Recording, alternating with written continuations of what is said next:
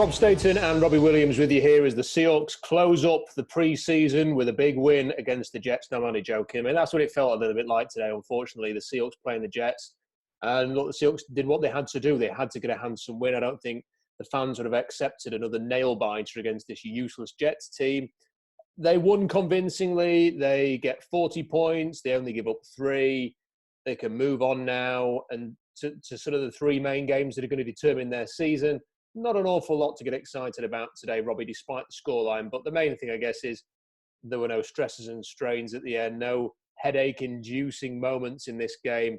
It was pretty comfortable, even if there were some highlights, but also some frustrating moments too. Yeah, definitely some frustrating moments with, lots of dropped interceptions and such. And Russ still, for some reason, just doesn't look like he's right. But yeah, 40-3. I mean, obviously, super comfortable win, and I'll take that. And I'm happy with, there was no major injuries or anything. I was a little worried there early when DK went down, and I was like, oh man, if we lose DK to this game, I'd be pretty frustrated. But for me, I mean, the playoffs start now. Now, after this game, I mean, we're going up against a Washington team that is clearly got a great defense, and they're gonna come after us. And so the playoffs start now. I mean, if we want to make a run, this is where it begins. It's strange, really. I mean, we're speaking now, and that Washington-San Francisco game is still ongoing.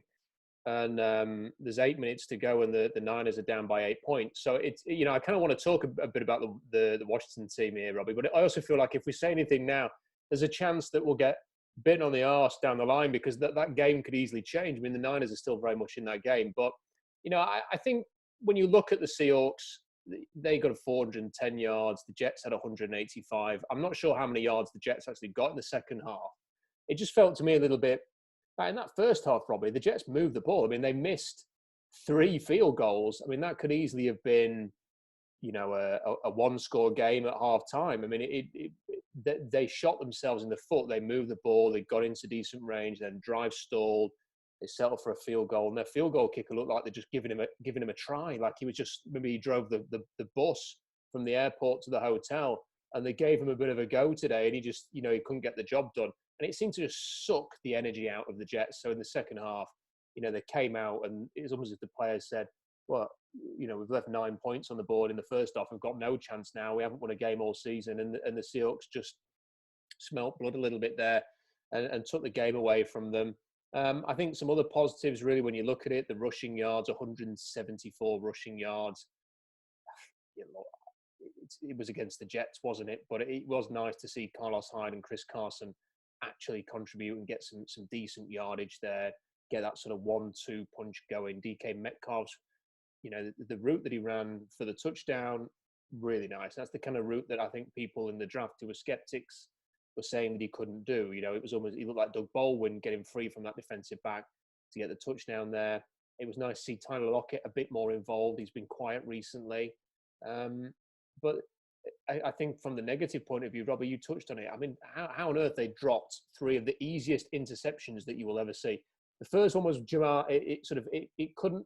If Jamal Adams had been carrying a beanie hat, he should have been able to have caught the ball just by opening the hat up, and the ball could have just sort of. He could have scooped it up like it was a fishing net. It was that easy. I'm glad he was smiling afterwards because I don't think I would have been. And then the second one was Poona Ford's, the ball's been tipped up into the air, and poor old Poona Ford's looking at it thinking, I'm going to get an interception. I'm going to get an interception. I'm going to get an interception. And then KJ Wright comes in like a bull in a china shop, blundering his way in and knocks it out of Poona Ford's hands. And, if I was Poona Ford, I'd be saying, you are buying me a steak next when the restaurants are back open in Seattle. Because that was, well done, KJ. You ruined Poona's day. And then the third one was Hugo Amadi. And I think it was so easy, Robbie, that he was already thinking about his touchdown celebration dance and he forgot to catch the football. And you wonder, if it finished 40-3, it could have been 400-3 if they'd have actually caught some of those easy interceptions. Yeah, and going back to the Jets real fast too. Like, yeah, they gave up some huge third down penalties to us as well. I mean, they could have gotten off the field and we would have had to punt the ball because for some reason, third and anything beyond 4 yards, it seems like we're just throwing it deep. And I know that we went 6 for 11 today on third down or something like that. I should look it up here. Yeah, we went 6 for 11 on third down, which is, I guess, better than we have been. But I mean, I just felt like almost, if anything, if it was longer than 3rd and 4, it just like looked like they were trying to throw deep, and it's super frustrating to watch us do that. I posted something that earlier on it. I get tired of seeing that. But yeah, they just kind of gave up some boneheaded penalties there down the line on the third down for us to kind of help keep drives going for us. But those interceptions, man, that first one to Jamal, it looked like it just, I don't know if it just surprised him that it hit him right in the chest or what. I mean, I don't know. I can't make excuses for that. You got to catch that football. And, you know, I can't really blame KJ for going for that ball. I mean, he probably has better hands than Puna, but, you know, who knows? They just knocked it away from each other. So that was frustrating. And then, yeah, Amadi looked like he was just ready to dance. I mean, that was exactly, you said it right. I mean, he was thinking about his celebration. So, yeah, you got to make those plays, especially against, you know, when we start playing good teams. If that happens, you got to make sure that those plays, because those are momentum changing plays. And luckily we're playing the Jets today, so it didn't really affect it too much. But, you know, against good teams, we want to make sure we catch those balls. And, you know, there was one other play that really stuck with me, Robbie. It was right before half time, and I think there was about 20 seconds left on the clock. And the Seahawks have blitzed. You know, Jamal Adams has gone on a blitz. And, you know, these are the kind of things we've talked about in the past. Like, you know, Jamal Adams got another sack today. You may have missed it because he was actually credited for a sack because Sam Darnold scrambled to his left-hand side and then ran out of bounds for a 1-yard loss, and Jamal Adams was nearest to him. So that was his sack for the day. But he's blitzed. And look, it's not on, I'm not saying it's on Jamal Adams in coverage, because it wasn't, you know, but when you bring extra guys, it creates issues at the second level. And it looked to me like a couple of linebackers didn't really know what to do. They were kind of in no man's land. Neither of them had gone with the guy. Barrios, wasn't it? Who just run right across the field, was wide open. Now, I can somewhat live with that play, Robbie. In the middle of the first half or something, it's a busted coverage. Sometimes these things happen. When there's 20 seconds left in the half and you're just trying to limit the Jets on, I think it was a 3rd and long, to prevent them from getting any chance of points, and you give up that play with that defensive play call, that's unacceptable. I mean, one, why have they called the blitz there? And two, why are these communication issues still happening like this? And, you know, these are the things that we've talked about. You know, when we talked in a long conversation about Jamal Adams, it's great that he's got, 8.5 sacks now and has set a sack record. But if you are blitzing as often as the Seahawks are, they're blitzing more than a third of their plays, it is leaving issues like that. And if the Jets can exploit it, then the Rams are going to exploit it in a couple of weeks. And that's what worries me. Yeah, you nailed it. I mean, it's super frustrating to see that. And this is kind of what we were talking about earlier. Like, they have to adjust better when they're sending Jamal Adams on blitzes. That, I mean, on that play is not Jamal Adams' fault at all. He was designed to blitz the quarterback.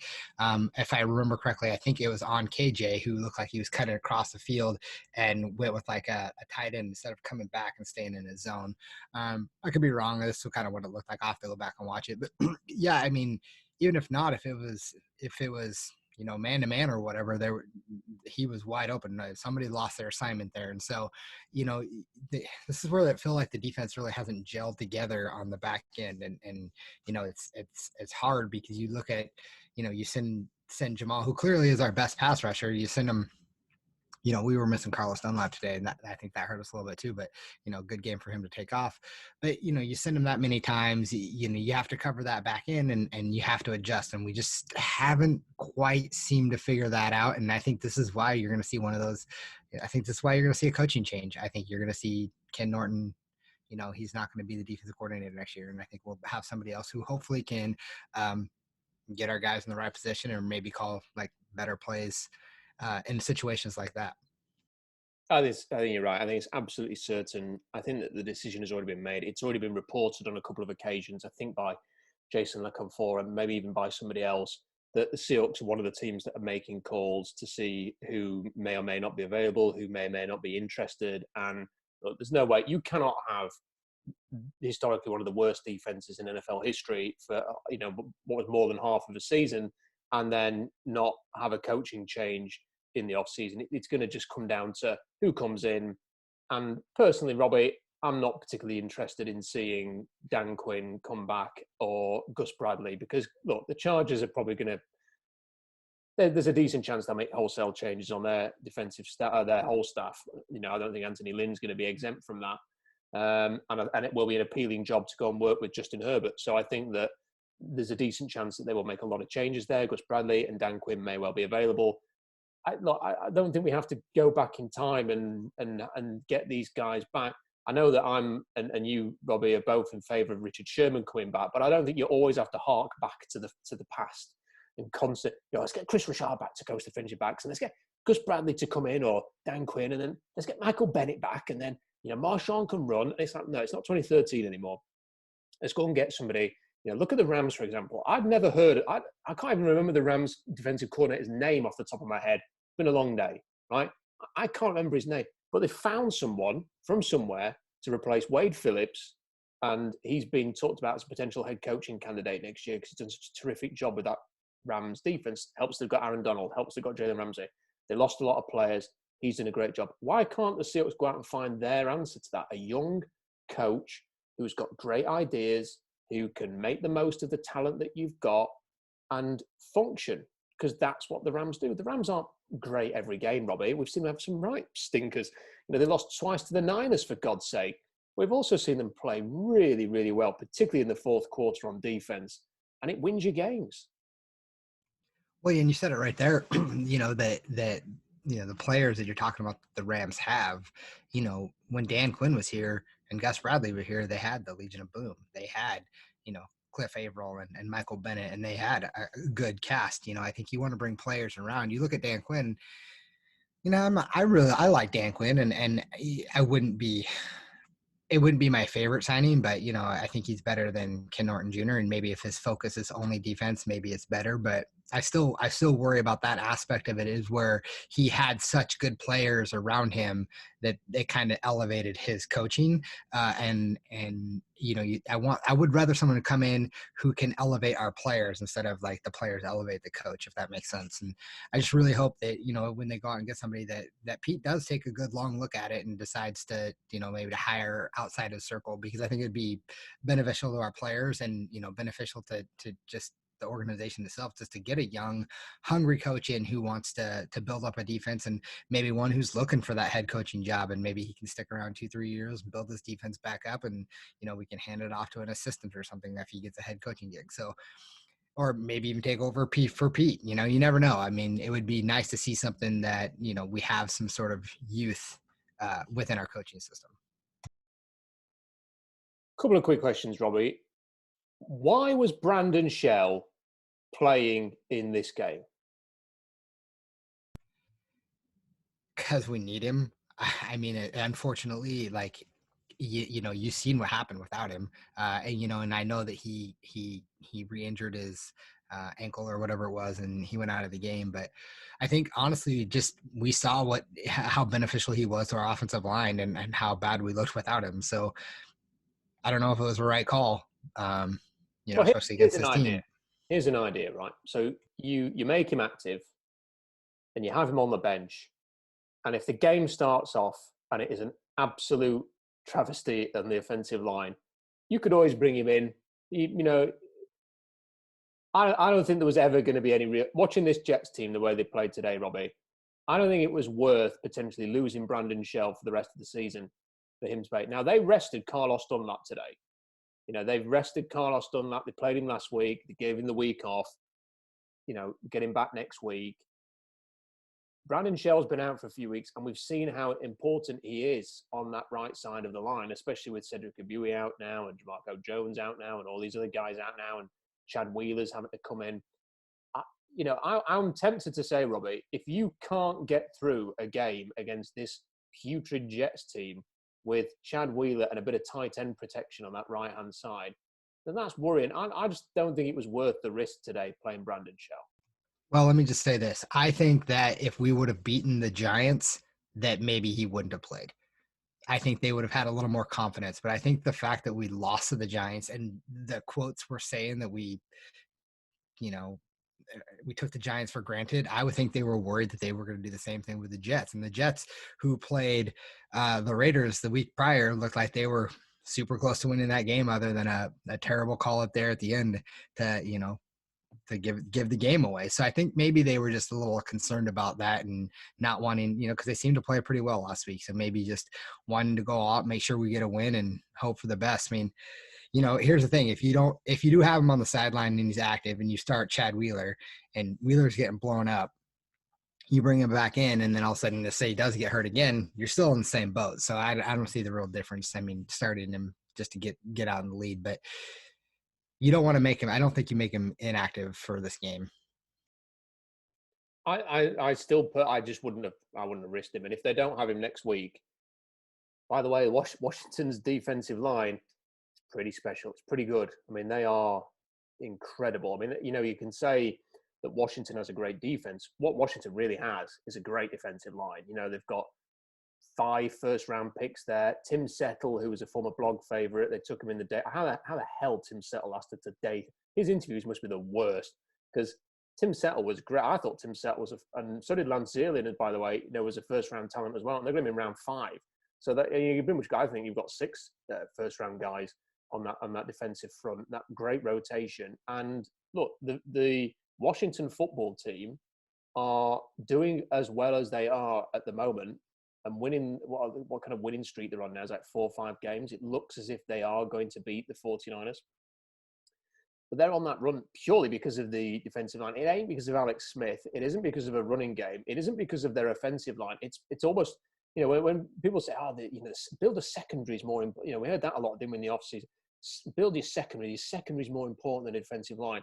Well, no, if you have a great defensive line, Washington this year and San Francisco last year have shown that it can, you can do whatever you want if you have a great defensive line. And I want to pause that thought and come back to you in a minute. Robbie, did you see how bad the Giants were today?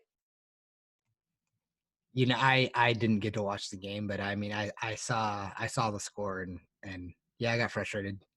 I saw Kyler Murray and them were moving the ball pretty well on them. So Kyler Murray could have gone in a 70s disco suit to that game and danced around like John Travolta for the whole 60 minutes, and they still would have won. I mean, they just hammered the Giants. The Giants looked awful. They were absolute garbage. And sitting there watching that, it really pissed me off. Because how the hell did the Seahawks not only lose last week, Robbie, but look as bad as they did against that Giants team? Yeah, I don't know, man. I'm still frustrated by it. Like I said, I normally am one who get over games pretty quickly, but that one's lingering a little bit with me because I feel like it's just like we said, we needed to go 4-0 in this stretch against these teams. Going against. By the way, you might have said Washington's going to win a little too early because they just Niners just got the ball back with 2:40 left, but and they're at the 50-yard line, so you never know. Could Niners could still pull it out, but yeah, I don't know how we lost, and it's frustrating to just hear throughout the week, Shaq Griffin say, "Oh, we just took him for granted," and I mean, how the hell do you take a team for granted? And then this is kind of what I was saying, like after in our post game, like, how do you not adjust for that when you see that your team is clearly taking these guys for granted? You're only up 5-0 at halftime. Like, adjust, make better plays, get these guys fired up to actually go out and win this game. Instead, you just gave it away. And that's one that we needed because now, like I said, now the playoffs start for us this week. We have to beat Washington because guess who the Rams play? They play the Jets, and then we're going to go play the Rams. And that's, we have to win that game. Like, if we want to win the NFC West, we have to win out. And playoffs for us start now. And even more frustrating, Robbie, is the fact that Philadelphia are about to beat New Orleans, which would mean that if the Seahawks had won last week, they, Green Bay, and New Orleans all would have had 10 wins, which means that you would have been tied for the number 1 seed. I don't know what the tiebreaker would have been in that situation. It may even have been that the Seahawks were the number 1 seed tonight as opposed to being the number 5 seed. So, look, it's very, very frustrating. And look, if the Giants had carried on their tear and had just finished the season like they threatened to last week, you could turn around and go, bad time to play the Giants. You know, they were a team on the roll. But then to see them just get the doors blown off by a really average Arizona team who've been really struggling for a few weeks now was incredibly disappointing. Very, very disappointing to see. And I don't think that 40-3 win against the Jets has cleansed the taste out of my mouth on that Giants game at all. I don't think if it had been 4,000-3, it would have got rid of the bad taste of that Giants game. And I think there's only one thing that will take that taste away, Robbie, and that's a win in the next 2 games. It's to go and beat Washington and then go and beat the Rams. And look, the Seahawks still haven't had a signature win this year. I don't even know if beating the Rams necessarily you would call that a signature win. I mean, it's a division rival you play every year, and you're home, and you've got to have it. It's not like beating the Chiefs or the Packers or the Saints or whoever, the Steelers, but it will have to do. So, you know, winning the next 2 games is a must if we're going to be able to move on from that Giants game. There's a couple of other things. I think the other thing with the New Orleans loss, Robbie, is, and the fact that the Green Bay team have been pushed by the Detroit Lions right to the end there and have only just won by 7 points in the end, is that the NFC does feel fairly wide open. I'm just not convinced that the Seahawks are ready to take advantage. Yeah, I mean, unfortunately, I feel the same way. Like, and it starts on Russ. I mean, if we were playing high octane offense right now and we were scoring really well, and you trusted Russ was going to make all the right decisions with the football, then I'd feel like, okay, we're gonna do this. But again, today, even a couple of times, you could see like low throws or bad throws. I mean, I know he threw 4 touchdowns, so I'm not trying to beat him up too much, but like he missed some throws and some wide open guys. And instead of bombing it down on 3rd down, there was a check down wide open that would have been an easy 1st down. And I just feel like it starts with him. The defense is playing better. Granted, the Jets don't really count as anything, but you feel like going forward, we really need to get, like, I was hoping for like a more momentum. I know we won 40-3, but it doesn't feel like there's that momentum, like that big shift of like, okay, now we've got it figured out. And now we've got it, like, we're going to move forward. It just doesn't feel like that. And, for me, you said it's win the next 2 games. For me, it's win the next 3 games. I just don't think you can win just the 2. You have to beat San Francisco as well. Cause I think what's going to really take it, like, that momentum and beat some really good teams and make it feel like, okay, we actually have a shot.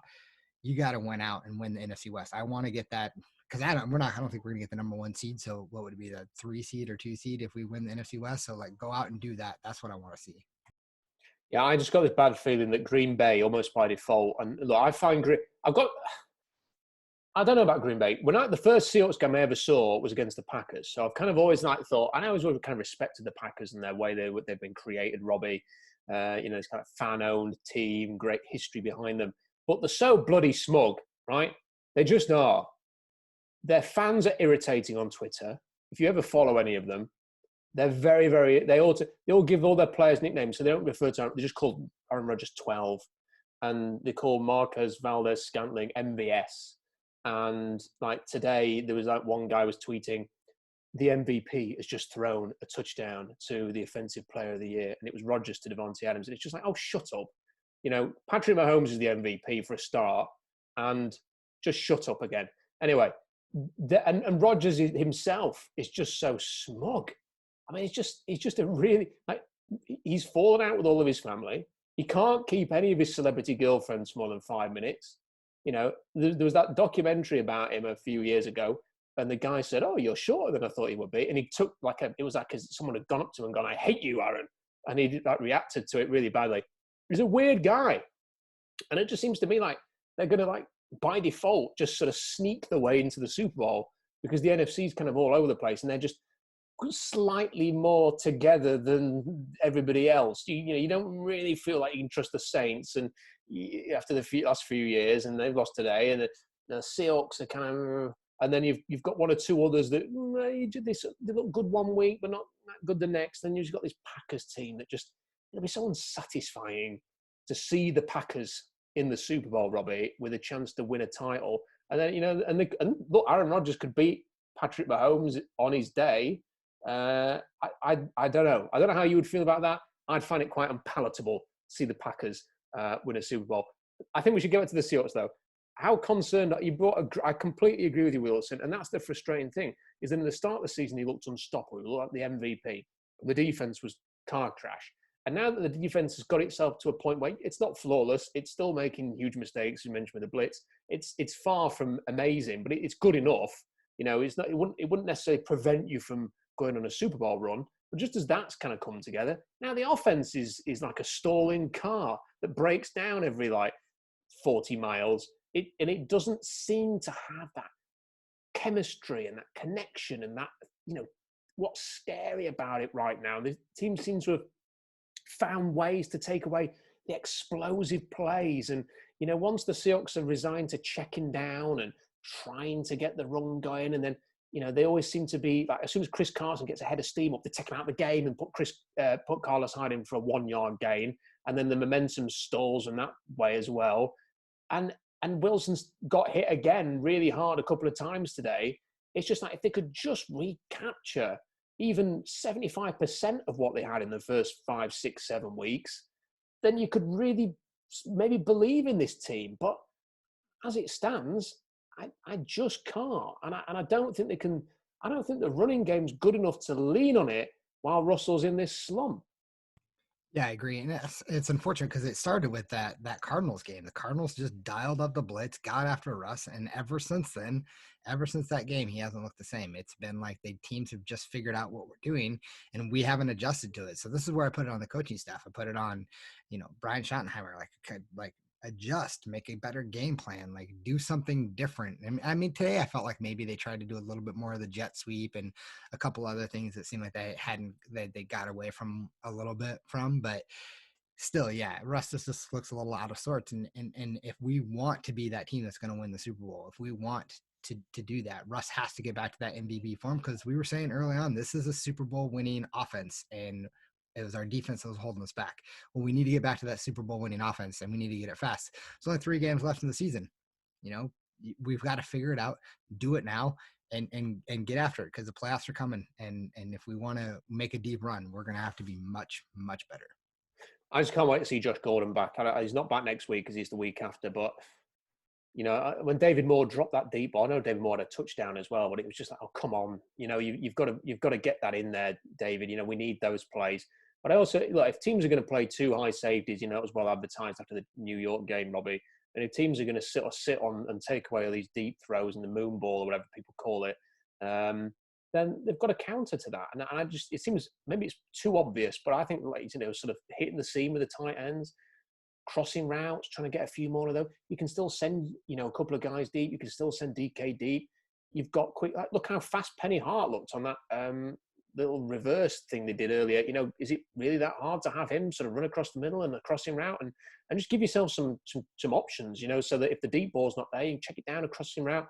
There's still going to, if you've got deep safeties, if you're playing deep safeties, there's a lot of yards underneath that are there to take. And, you know, that's just some, especially if teams are going to try and attack Russell as well up front, then there's that sort of intermediate level, which seems right to be attacked. And I just hope that they can maybe come up with a plan, and maybe today wasn't the day to use it. You know, maybe that's something for, you know, Washington and LA, and, you know, keep them on the toes in a couple of weeks' time, rather than, you know, blowing any ideas you've got in a game against an 0-13 team.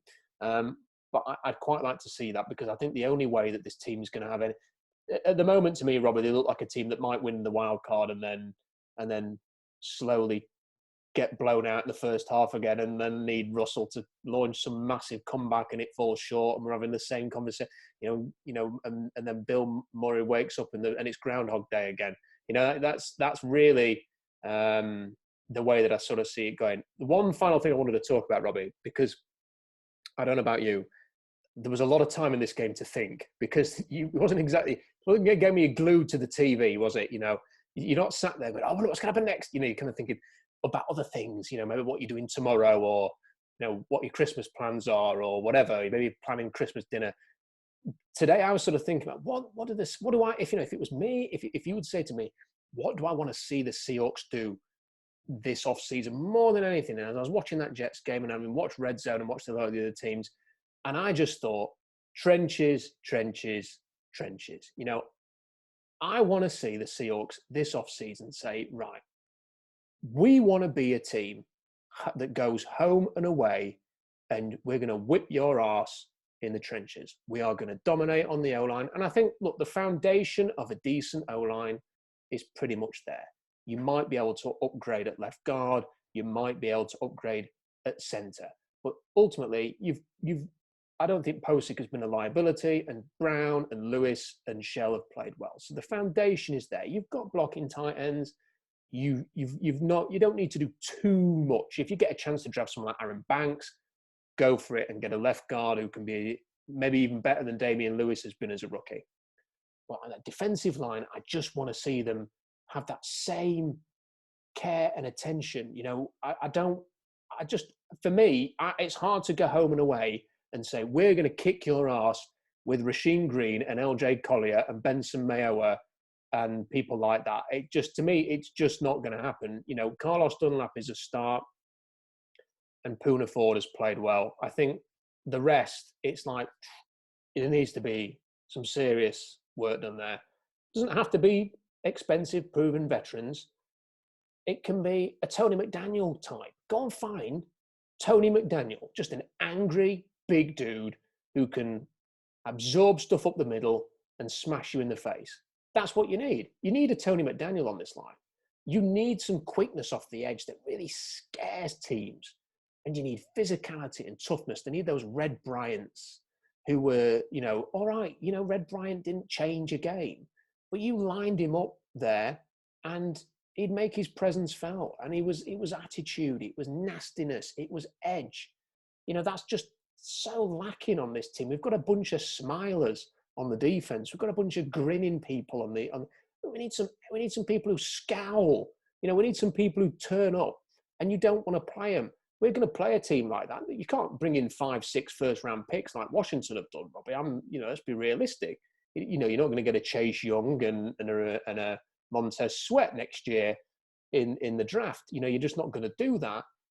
But one way or another, they've got to make that D-line terrifying, one way or another, with edge and with physicality and toughness, that you are not going to have a fun time against us. They've pumped so much resource into the linebackers and safeties and stuff like that. Get that D-line going. And one other thought, I want the running back position sorted.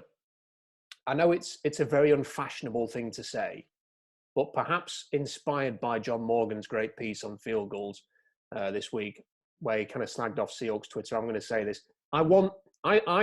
When I'm watching it, I want to see running backs, or at least one who can just be a feature lead runner. Watching Dalvin Cook and Derrick Henry and people like that, seeing them take over games, Robbie, seeing teams have to game plan for those individuals. I want the Seahawks to have the kind of running game that they can lean on and rely on, support Russell, and when he's going through rough periods, they can depend on it. I don't think they've got that at the moment. Carson's good enough, but he's just so injured all the time.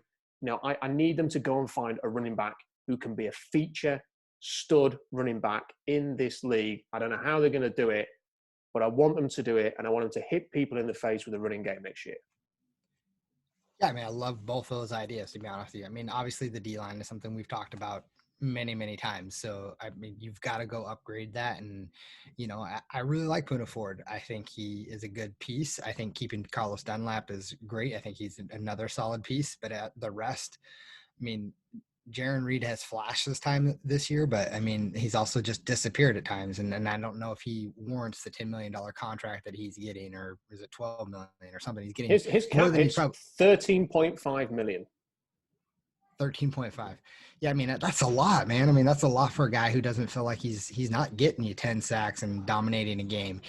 So you got some tough decisions to make on the D-line there, and a lot of these guys probably aren't going to be back, and you're going to see a revamped defensive line. I can almost guarantee that you're going to see something happen. I don't know how they're going to do it or how they're going to pull it off, but you're going to see a lot of changes on that D-line. And then the other thing, with the running back, you're right. We're going to have a decision to make there, because both Hyde and Carson are free agents. And you're right. I just don't know. I can't get behind paying Carson more than maybe $4 million a year. He is too hurt all the time. And yeah, he is he's clearly the best back that we have, and he does a great job of, leading the way when he's healthy, but you just can't depend on him to stay healthy. And that's the biggest issue. And, who knows where Rashad Penny's at. And I think we've already seen enough of him to know that he's not the guy. So they got to go out and get somebody. And, I really like Carlos Hyde. I wouldn't mind bringing him back again, but it would be one of the, he's not your featured back. So, if it's a Leonard Fournette or someone else who's just a bruiser who wants to go take it. And, here's interesting. Leonard Fournette was inactive today, and a healthy inactive, I think. And so I'm not really sure why, but I mean, here's another guy that I told, like, when he was cut, I was like, yeah, we should go out and get this guy because, he had 1,500 yards rushing and 500 yards receiving. He's a guy who, he takes on hits. I don't know if he could be that guy, but he has the ability to. And so maybe you get him on a 1-year prove it deal or something to come in for $4 or $5 million and see if he can make it happen. The problem is we don't have draft capital to draft anybody unless someone falls in the second round that we just absolutely have to have. I just don't know. But we've proven to be able to get backs later on too, so it could happen. But you said earlier last week, Rob, that this isn't a deep running back group in the draft. So yeah, it's tough to say. I mean, clearly Travis Homer and DJ Dallas, they're not the guys either. But you got to go out and get somebody who can stay healthy and can be a game changer for us. And it's hard, the Marshawn Lynch types don't grow on trees. And, to find those runners who can both be very physical and durable, it's very, very difficult. I think the Seahawks sometimes, Robbie, make life harder than it needs to be when it comes to running backs. I think they overthought the Rashad Penny thing and said, oh, well, I think Schneider said he had the best health grade they'd ever given anybody or something like this, but he only played 1 year of college football. He was a 1-year starter. And then Nick Chubb obviously had 4 years starting, but he'd had a serious knee injury, but had then come back and played 2 years. And they overthink it. Nick Chubb was the perfect size and explosive qualities that they look for in a guy, and he's tough, and he's all business, very, very serious individual, and would have looked amazing on this offense. And I bet they kicked themselves that they didn't go for him instead of Rashad Penny, because that would have them set up for years to come. And he was a top 5 pick before the injury. I mean, he was an incredible player. Maybe not top 5 pick, but you know what I mean. He would have been a much higher pick than he ended up being. And when you look at like last year, for example, and previous years, Derrick Henry, a bit bigger than they usually go for, don't draft him. Dalvin Cook, not as explosive as they looked for, didn't draft him. You could run through them. DeAndre Swift's another one.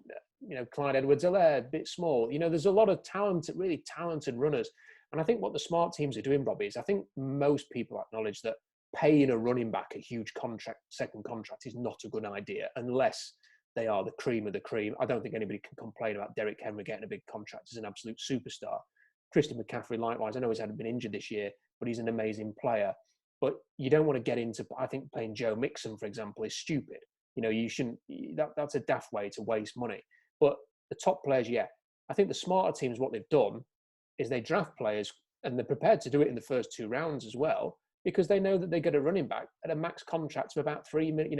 It's like $1 million a year, $1 million a year, $2 million a year, $3 million a year, Robbie. So you get a really cheap contract for a talented player who can usually contribute quite quickly in their NFL career. And then you can make a decision whether you want to move on or not.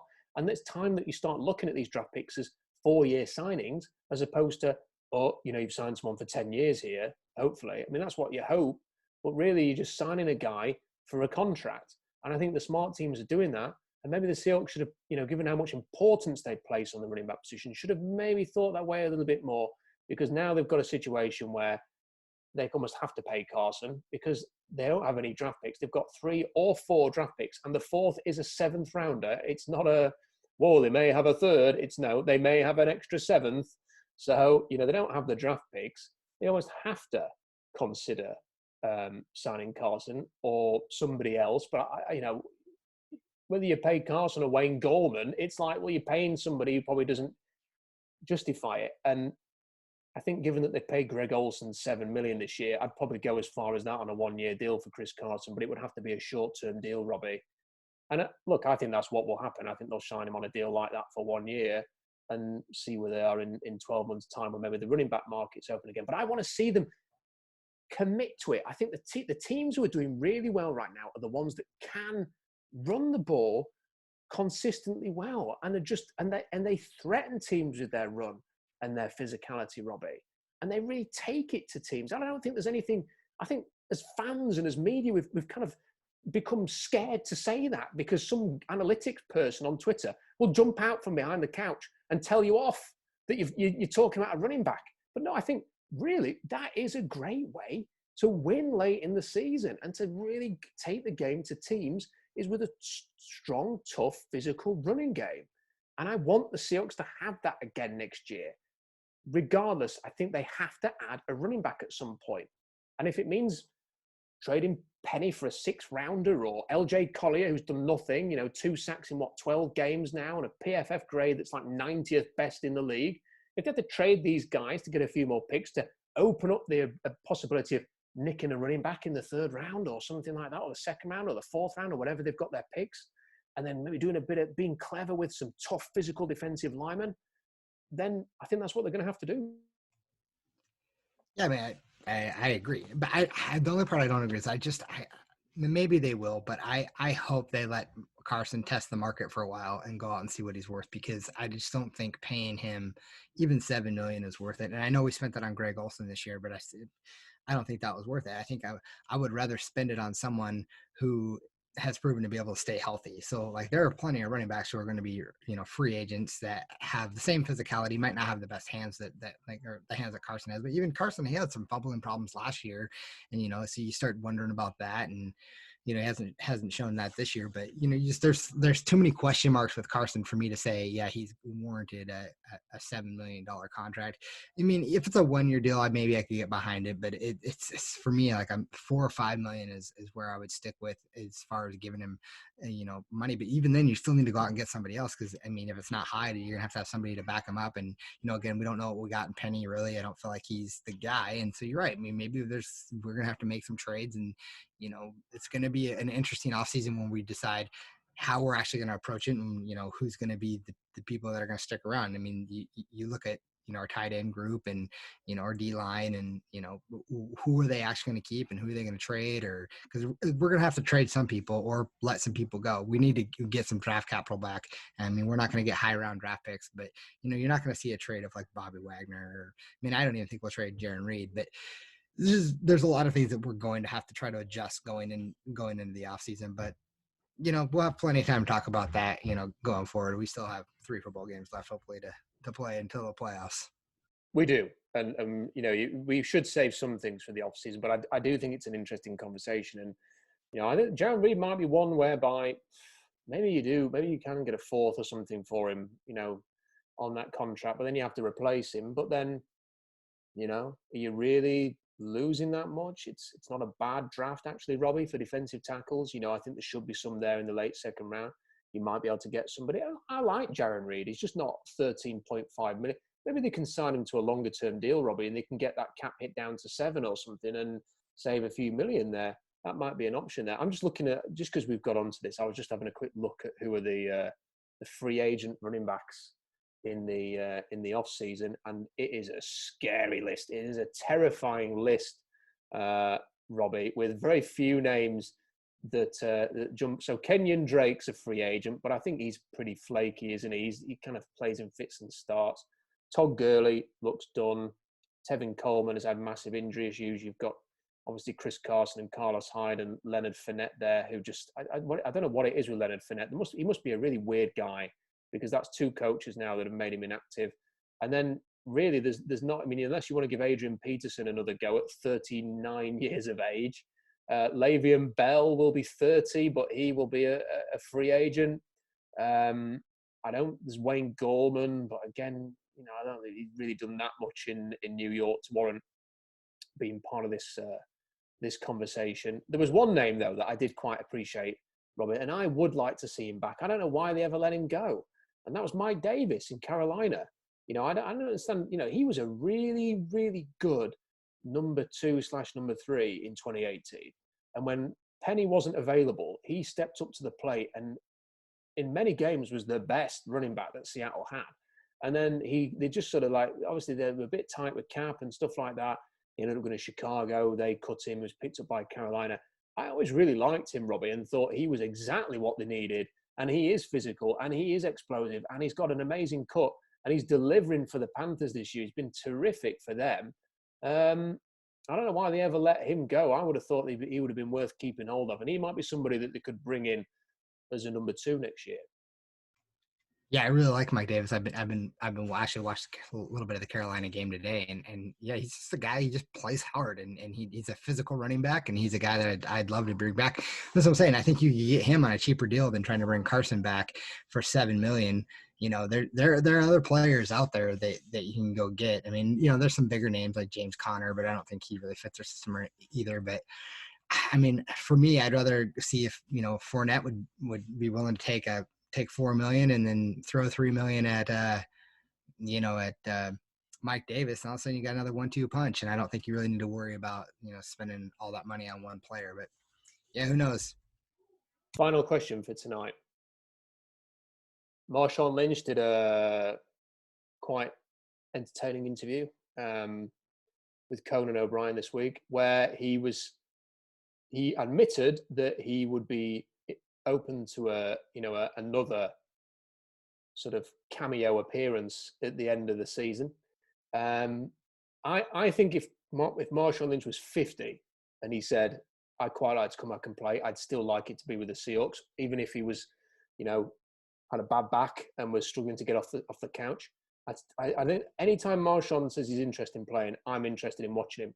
Now, I want to see him back, Robbie, quite frankly. Look, I don't think Carlos Hyde is healthy, and I don't think he's offering that much. And certainly if either he or Chris Carson get injured, I would rather have Marshawn out there than DJ Dallas or Travis Homer. I don't know why they don't just put Travis Homer on IR. Then maybe they will do when Rashad Penny gets back. I don't think you can trust Penny having been out for a whole year to come in at the end of the season and suddenly be like gangbusters going up the middle. I'd like them to find a place for beast mode on the roster, because if nothing else, if you need a yard or you need a goal line touchdown, he can deliver that. And he just seemed like he was such a positive influence when he came back at the end of last season. And who doesn't like seeing Marshawn Lynch in a Seahawks jersey? I want to see him come back. What do you think? I always say I love Marshawn. I'd take Marshawn back in a heartbeat. I don't really know how he'd fit right now, but yeah, bring him back, give him a goal line carry or two, and you know, let him get that 3rd and 1 if we need it. Like, he's that guy that's going to go out there and get it for you, and you know, and hopefully he can help teach some of these guys, young guys, you know, how to train and how to play, and just give him some ideas and give him some of that veteran stuff that he's got, and maybe give him some Skittles. Maybe that'll help. I don't know. I just remember that touchdown in the playoff game against Philadelphia last year, where he carried about 10 people into the end zone. I was like, he can still do it. He's not going to break off an 80-yard run or anything like that. I mean, never really did that anyway. It was just like the Beastquake and Beastquake 2, and that one touchdown in Detroit where he kind of like seemed to be running in slow motion in 2012. But you know, he can still threaten teams. You know, he's not going to have everyone stacking the box against him like he did in his heyday, but the guy can still play. And if it means coming to Seattle instead of, God forbid, like the Packers or like the Saints or Tampa Bay or somebody like that, get him back here. You know, get him there. No offense, DJ Dallas, but you seem like a nice guy. But I'll have Marshawn instead. Thank you very much. So that's as far as we go. We've spent as little time as possible talking about the Jets game and a lot of other things. But I think more people will appreciate that. And thank you to the guy on Twitter who just sent me a direct message pointing out that I've called Geno Atkins in the that. I forgot to make fun of you for that one. Yeah, and he says, wishful thinking perhaps. Yes, it is somewhat wishful thinking, although I'm not sure that Geno Atkins would have played any worse at quarterback when Geno Smith came out. Geno Smith looks like Geno Smith, I'm afraid. But Geno, we love your work with the coin tossers, so keep that up. Keep going. Right, that's as far as we go. Seahawks 9-4 would be the number 1 seed in the NFC if they'd have not lost last week. And I'll leave you with that to stew on for another 7 days. Big game next week against Washington. We will talk about it in the week. For more analysis, SeahawksDraftPlan.com.